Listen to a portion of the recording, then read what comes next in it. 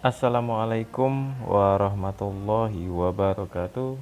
Kembali lagi di channel Gudang Ilmu 42. Kali ini saya akan berbagi mengenai sebuah soal P3K ya, soal TBS, tes bakat skolastik ya.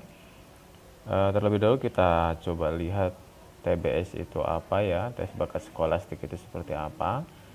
Tes bakat skolastik itu sendiri kita singkat dengan TBS adalah sebuah tes yang bertujuan untuk mengetahui bakat dan kemampuan seseorang di bidang kemampuannya.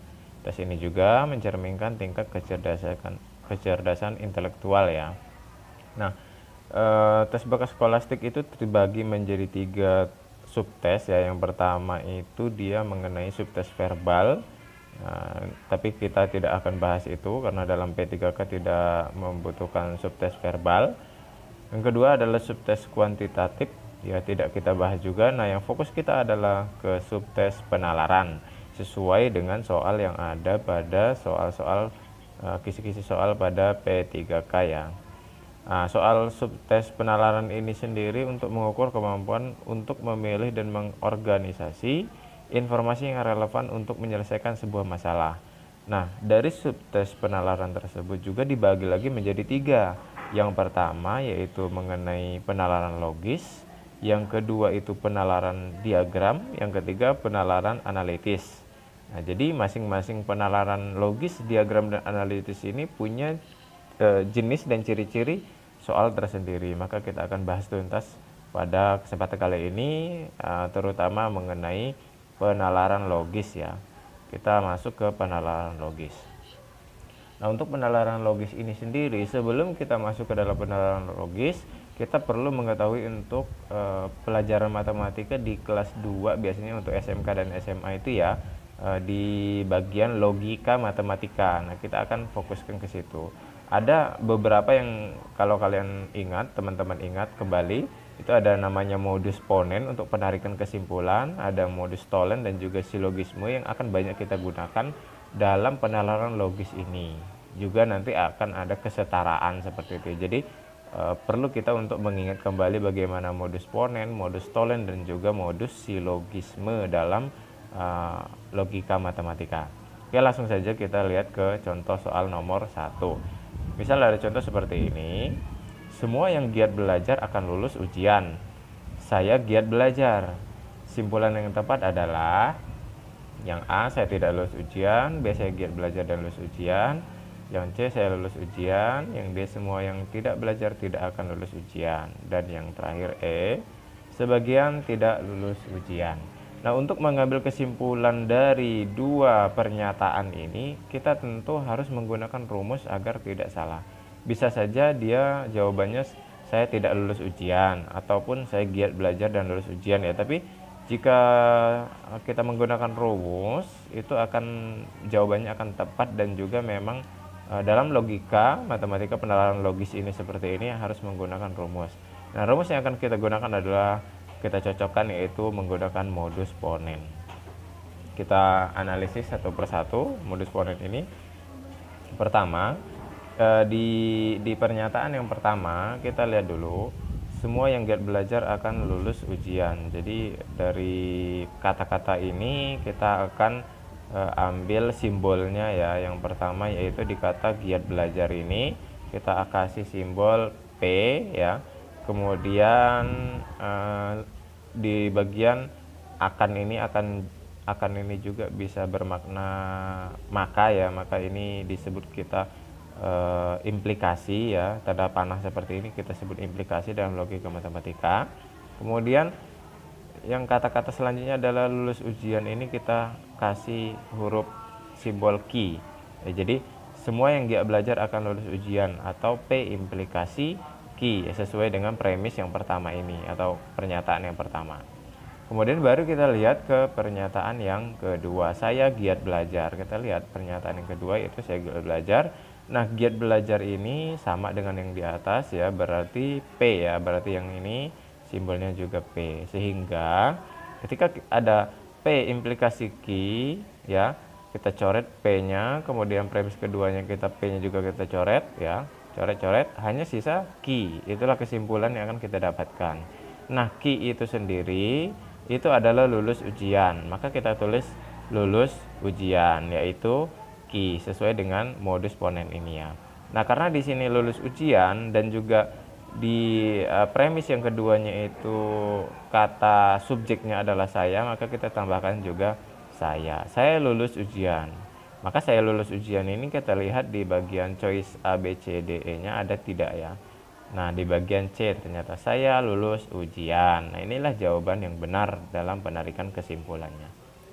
Nah, kita lanjut ke soal yang nomor 2. Ada soal seperti ini.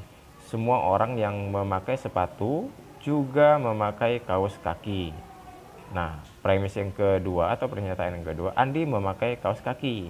Nah, simpulan yang tepat adalah, nah kita masih menggunakan modus ponen ya. Kita gunakan modus ponen di premis 1, premis 2, nya P seperti ini. Kita akan analisis dulu dari kata-kata ini. Semua orang yang memakai sepatu juga memakai kaos kaki. Nah, di sini kita fokuskan kepada kata-kata memakai sepatu di sini. Memakai sepatu di sini kita kasih simbol P ya. Kita kasih simbol P. Kemudian implikasi dengan memakai kaos kaki ini kita kasih Q ya, key. Nah, jadi P implikasi key nanti. Kemudian baru kita analisis yang pernyataan atau premis kedua. Andi memakai kaos kaki. Kita coba Andi memakai kaos kaki. Memakai kaos kaki ini ada di bagian key ya, memakai kaos kaki, sehingga ini adalah bagian key. Sehingga dari modus ponen ini berlaku pula baik itu premis keduanya P ataupun key ya. Bisa saja P atau key itu enggak masalah. Yang jelas ketika dia di sininya key, di bawahnya key, maka kita coret, maka hanya tersisa P ya. Maka hanya tersisa simbol P, dan P itu adalah memakai sepatu. Nah, karena di sini subjeknya adalah Andi, maka Andi memakai sepatu. Kita lihat Andi memakai sepatu ada pilihan pada jawaban yang bagian D. Seperti itu ya. Gampang sekali kalau kita sudah memahami bagaimana rumusnya ini, modusnya ini. Kita lanjut ke soal yang selanjutnya, yaitu ada soal seperti ini. Semua koki memiliki masakan andalan. Itu premis yang pertama atau pernyataan yang pertama. Pernyataan yang kedua, mahasiswa tidak memiliki masakan andalan. Simpulan yang tepat adalah kita gunakan modus tolen ya ini ya, karena di sininya ada kata negasi, di sini ada kata tidak atau berarti negatif, negasi ya. Maka kita gunakan modus tolen. Kita analisis satu persatu dari premis-premis ini atau pernyataannya ini. Semua koki memiliki masakan andalan. Jadi di sini ada kokinya ini ya, kokinya ini kita buat P. Kemudian masakan andalannya kita kasih simbol ki ya. Nah, untuk mahasiswa tidak memiliki masakan andalan, coba kita analisis juga. Tidak memiliki masakan andalan. Sedangkan di sini memiliki masakan andalan. Jadi kalau memiliki masakan andalan itu ki, berarti kalau tidak memiliki masakan andalan adalah negasi ki atau min ki atau negasi ki dibacanya. Seperti itu. Nah, dari simbol ini P implikasi dengan ki, kemudian premis keduanya negasi ki sesuai dengan modus tolen ya, sehingga kita coret ki-nya, kita coret juga ki bawahnya, hanya tersisa negasi dan juga P. Maka kesimpulannya adalah negasi dari P. Nah, dari pernyataan dua pernyataan ini kita simpulkan P-nya adalah koki ya. Kita tulis seperti ini dulu. Kemudian karena masih ada negasi di bagian sebelah sini, maka kita buat negasi. Karena dia negasi, maka kita harus tambahkan kata-kata tidak ataupun bukan ya. Karena tidak koki itu tidak pas ya kata-katanya, jadi kita buat bukan koki. Nah, untuk subjeknya sendiri ini ada mahasiswa ya, jadi bisa kita tambahkan semua mahasiswa. Sesuaikan dengan choice yang ada di pilihan ini. Karena untuk semua koki memiliki masakan andalan, berarti mahasiswa yang tidak memiliki masakan andalan ya, semua mahasiswa bukan koki berarti ya, seperti itu. Kita lihat di sini adakah jawabannya itu bagian B, semua mahasiswa bukan koki. Seperti itu ya. Kata kuncinya adalah pada kata bukan ini, bukan koki ya, bukan koki. Kita lanjut ke yang selanjutnya. Semua karyawan PTA tersebut memakai baju kuning. Pemuda desa B memakai baju hitam. Simpulan yang tepat adalah kita akan gunakan juga di sini karena memakai baju kuning, di sini memakai baju hitam, maka kita gunakan tolen ya, modus tolen kembali. Kita analisis dulu bagaimana pernyataan-pernyataan tersebut. Yang pertama itu adalah karyawan PTA ini. Karyawan PTA ini kita simbolkan dengan P. Kemudian memakai baju kuning ini kita simbolkan dengan Q. Baru kita analisis pernyataan yang kedua ya. Pernyataan kedua, pemuda desa B seperti ini, pemuda desa B memakai baju hitam. Memakai baju hitam ini berarti bukan memakai baju kuning ya. Berarti kalau kita ibaratkan ini adalah negasi dari Q-nya, karena bukan baju kuning atau baju hitam itu bukan baju kuning ya, sehingga ini negasi dari Q. Nah, sesuai dengan modus tolen ini, kalau ada yang seperti ini kita coret, Q-nya kita coret, masih ada sisa negasi P. Kita ambil dari sini, P-nya itu sendiri adalah karyawan PTA, itu P. Karena dia negasi berarti tidak atau bukan ya, bukan. Jadi pemuda desa B, beberapa pemuda desa B bukan karyawan PTA. Seperti ini. Kita lihat di sini beberapa karyawan PTA, beberapa pemuda desa B bukan karyawan PTA. Pilihannya adalah yang bagian A ya. Seperti itu. Kita lanjut ke soal yang berikutnya. Korban yang memiliki tabungan kurang dari 3 juta rupiah mendapat bantuan dan hadiah.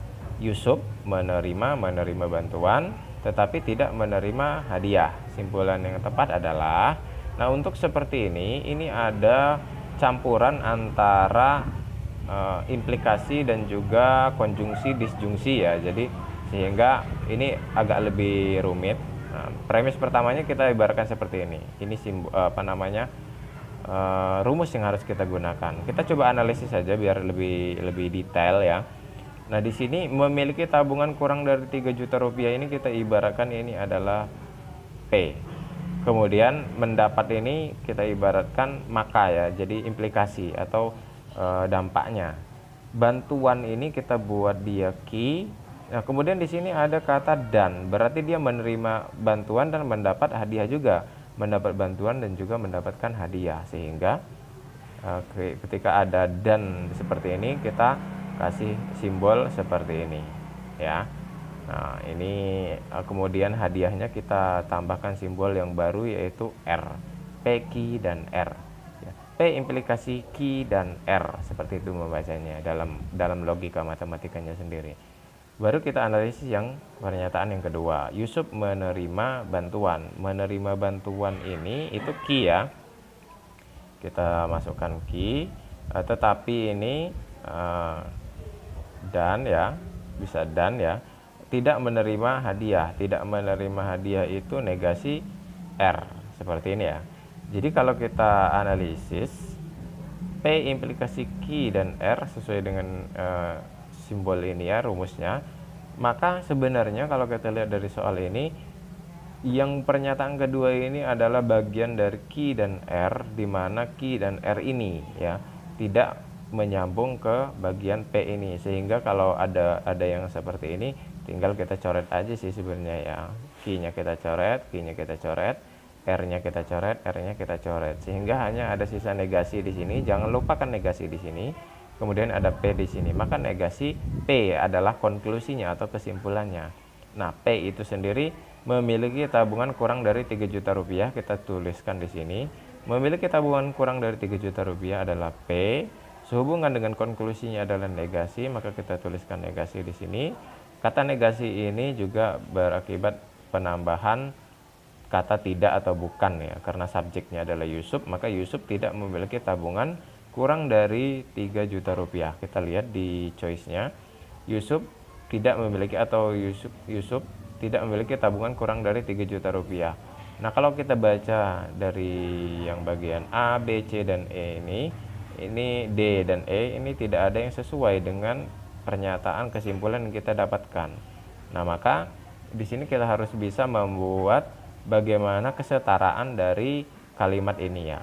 Sehingga kalau Yusuf tidak memiliki tabungan kurang dari 3 juta rupiah, kita lihat di bagian sini, itu sama aja artinya dengan Yusuf adalah korban yang memiliki tabungan lebih dari 3 juta rupiah sebenarnya ya, lebih dari 3 juta rupiah, atau yang bagian A ini tidak memiliki tabungan kurang dari 3 juta rupiah, berarti dia punya tabungan lebih dari 3 juta, seperti itu ya.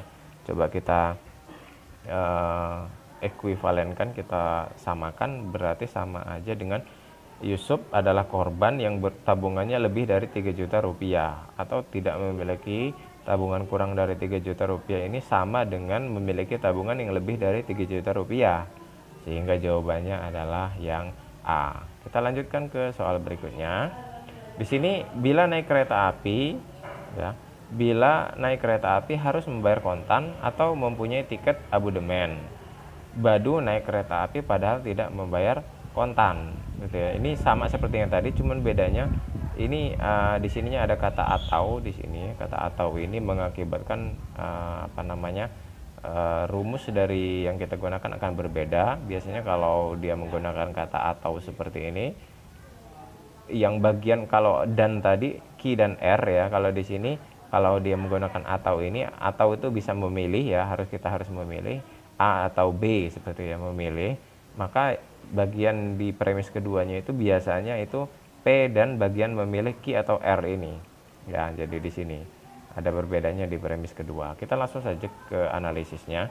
Bila naik kereta api harus membayar kontan, ini kita buat naik kereta apinya itu bagian yang simbol P, kemudian harus membayar itu harusnya ini kita implikasikan, kemudian membayar kontan ini kita ibaratkan itu adalah Q, atau ini kita simbolkan ya seperti ini. Kemudian bedanya kalau dan itu simbolnya seperti ini, kalau atau itu seperti U seperti ini ya, V seperti ini. Mempunyai tiket abodemen itu kita ibaratkan ini adalah R. Nah, kita lanjut ke premis yang kedua. Badu naik kereta api padahal tidak membayar kontan. Naik kereta api itu P ya, kita tambahkan seperti ini. Kemudian membayar kontan, di sini membayar kontan adalah Q, karena dia tidak membayar kontan berarti negasi Q ya, ini ya, negasi Q. Oke, di sini kita bisa coret ya bagian P dan P-nya, kemudian Q dan Q-nya kita juga coret. Maka tinggal menyisakan negasi dari R, negasi dari R. Maka kesimpulannya adalah negasi dari R ini. R-nya sendiri itu kalau kita taruh di bawah menjadi seperti ini. Mempunyai tiket abodemen, mempunyai tiket abodemen. Berarti kalau mempunyai tiket abodemen itu R, maka tidak mempunyai tiket abodemen ya, negasi R-nya. Badu tidak mempunyai tiket abodemen. Kalau kita lihat di choice-nya, Badu tidak mempunyai tiket abodemen, ini ada pada bagian yang D. Ya, jadi jawabannya adalah D. Kita lanjut ke soal berikutnya, yaitu soal kesetaraan seperti ini. Terkadang ada juga soal seperti ini ya, yang kita harus tetap persiapkan dan kita tetap harus pelajari. Kemungkinan-kemungkinan soal itu muncul ya. Pernyataan yang setara dengan jika aspirasi rakyat didengar, maka demonstrasi massa terjadi. Ini kalimat kesetaraannya adalah, kalau kita analisis dulu, aspirasi rakyat didengar ini kita simbolkan dengan P, maka ini kita implikasikan ya, simbolnya implikasi. Demonstrasi massa terjadi ini adalah Q, maka P implikasi Q, sedangkan P implikasi Q itu akan ekuivalen atau setara dengan kalau kita negasikan semua, negasi P implikasi dengan negasi Q. Atau kalau kita mau buat kata atau, P implikasi Q ini sendiri dia ekuivalen dengan P atau negasi Q ya, P atau negasi Q. Kita coba satu persatu ya, mulai dari negasi P implikasi negasi Q ini. Kita akan coba buat kalimatnya sesuai dengan kata-kata ini. Nah, seperti ini. Negasi P itu sendiri di sini karena aspirasi rakyat didengar, maka negasi dari P-nya adalah aspirasi rakyat tidak didengar. Ya, implikasinya adalah negasi ini ya, negasi ini. Kemudian di sini demonstrasi massa terjadi. Demonstrasi massa terjadi ini kalau kita negasikan menjadi demonstrasi massa tidak terjadi. Sehingga ini kalimatnya demonstrasi massa tidak terjadi dengan simbol negasi ki ya, seperti ini.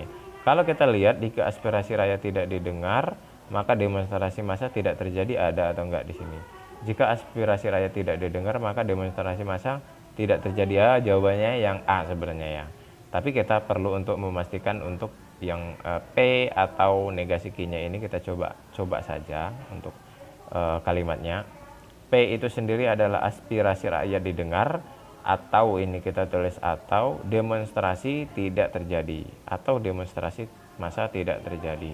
Kalau kita cari di sini sebenarnya nggak ada ya. Ini demonstrasi massa tidak terjadi, aspirasi rakyat didengar, dan ini kata di sini dan ini yang salah ya. Harusnya atau, karena dan atau itu berbeda. Maka untuk pilihan C ini juga sebenarnya salah. Maka jawaban yang benar adalah tetap yang A untuk negasi P implikasi dengan negasi ki. Kita coba ke contoh soal yang lain. Ininya ya, apa simbolnya lupa tadi. Oke, kita lihat ke contoh soal yang lain. Ini dimana premisnya ada 3 ya. Ini contoh soal dimana premisnya ada 3. Kemungkinan soalnya bisa saja seperti ini. Jika Budi ulang tahun, maka semua kawannya datang. Jika semua kawannya datang, maka ia mendapatkan kado. Budi tidak mendapatkan kado. Simpulan yang tepat adalah ini baru kita gunakan modus silogisme ya. Silogisme karena dari pernyataan pertama dia implikasi, pernyataan kedua dia juga menggunakan implikasi, maka ini dinamakan silogisme ya. Kita analisis satu persatu.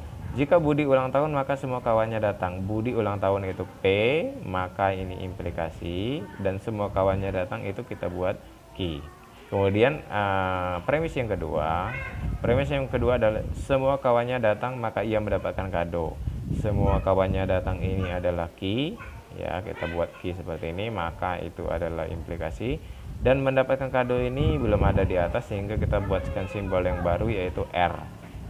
Nah, kita coret dulu yang ki dan ki ini, kita selesaikan dulu modus silogismenya ini, dimana ketika ada P implikasi ki dengan ki implikasi dengan R, itu tinggal sisa P implikasi R. Maka jawabannya adalah jika Budi ulang tahun ini P ini ya, P, maka R-nya adalah ia mendapatkan kado, maka ia mendapatkan kado di sini. Nah, di sini belum selesai karena masih ada pernyataan yang ketiga atau premis yang ketiga. Budi tidak mendapatkan kado. Kita tambahkan di sini. Budi tidak mendapatkan kado itu tidak mendapatkan kado, itu ia mendapatkan kado ini R. Kalau tidak mendapatkan kado berarti negasi R ya, seperti itu. Sehingga ini modus tolen ya. Sehingga kalau ada seperti ini kita coret R-nya. R-nya ini kita coret, R-nya kita coret, hanya sisa negasi P. Nah, negasi P itu sendiri, P-nya sendiri adalah ulang tahun ya, Budi ulang tahun, karena dinegasikan menjadi Budi tidak ulang tahun. Budi tidak ulang tahun ada di jawaban yang C. Jadi jawabannya adalah C. Kita akan coba soal yang selanjutnya masih dengan 3 premis atau 3 pernyataan. Kita analisis terlebih dahulu. Saya rajin belajar atau saya lulus ujian nasional. Rajin belajarnya kita buat P.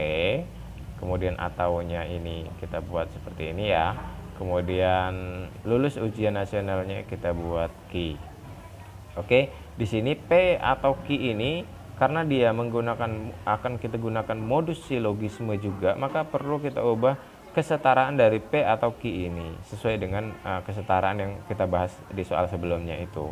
Maka ekuivalen dengan P atau ki ini kita buat menjadi implikasi ya, atau tanda panah itu tadi, maka dia akan setara dengan negasi P implikasi dengan ki ya. Negasi ini kita buat negasi, kemudian kita implikasikan dengan ki ya, jadi ini akan setara. Maka kita ubah dulu negasi P implikasi ki-nya ini, negasi P implikasinya ini. Nah, kita buat pernyataan yang membuat negasi P implikasi ki adalah ini. P-nya sendiri rajin belajar karena dia negasi menjadi tidak rajin belajar. Karena dia implikasi maka jika maka ya, jika maka kita tuliskan, tambahkan jika maka, ini hanya sekedar kalimat saja. Nah, kemudian ini implikasinya. Lulus ujiannya kita simbolkan ki. Nah, ini adalah kalimat pernyataan implikasinya yang sesuai dengan modus silogisme ini. Nah, kalau ini sudah kita rubah menjadi pernyataan implikasi, tinggal kita tambahkan jika saya lulus ujian nasional. Ini kita analisis kembali. Jika saya lulus ujian nasional itu adalah key. Nah, makanya ini adalah implikasi. Saya melanjutkan ke perguruan tingginya adalah simbol baru, yaitu R, karena tidak ada di bagian atas ini ya. Negasi P implikasi key dengan key, implikasi dengan R. Key-nya bisa kita coret. Key-nya bisa kita coret. Hanya tinggal sisa negasi P implikasi dengan R. Ya, kita buat pernyataan yang membuat kata-katanya bisa menjadi negasi P implikasi R ya. Negasi P-nya itu sendiri ini, saya tidak rajin belajar ini, negasi P. Maka saya melanjutkan ke perguruan tinggi ini diambil dari R ini, karena ini sisanya ini tadi ya. Negasi R seperti ini. Nah, ini adalah kalimat negasi P implikasi R. Nah, di sini belum selesai karena masih ada saya tidak melanjutkan ke perguruan tinggi di pernyataan atau premis yang ketiga, yaitu kita gunakan modus Tholen ya. Kita analisis dulu. Saya tidak melanjutkan perguruan tinggi, kalimat yang ketiga ini. Saya tidak melanjutkan ke perguruan tinggi. Tidak melanjutkan ke perguruan tinggi berarti negasi dari R. Sehingga kalau negasi R ini kita coret R-nya. Ya, R-nya juga kita coret. Kemudian di sini ada negasi, di sini ada negasi juga. Maka bisa kita coret juga ya. Negasi dengan negasinya berarti kita coret juga. Tinggal sisa P lagi. P itu sendiri adalah rajin belajar ya. Maka kita lihat seperti ini biar agak kelihatan ya. Jika saya tidak rajin belajar, maka saya melanjutkan ke perguruan tinggi ya. Kita tuliskan kembali di sini. Saya tidak melanjutkan ke perguruan tingginya ini adalah negasi R. Bisa kita coret seperti ini ya. Ininya kita coret, ininya kita coret R-nya. Kemudian negasi, ada sisa negasi. Di sini juga negasi P. Negasinya kita coret juga ya, sehingga seperti ini hasilnya adalah P. P itu sendiri yaitu rajin belajar. Saya rajin belajar. Maka saya rajin belajar ada di pilihan yang C. Ya, kalau kita mendapatkan soal berbentuk 3 premis ini memang banyak sekali rumus yang harus kita gunakan. Tapi untuk menyelesaikannya kita tetap harus menggunakan rumus tersebut untuk mendapatkan jawaban yang paling benar. Seperti ini ya. Mudah-mudahan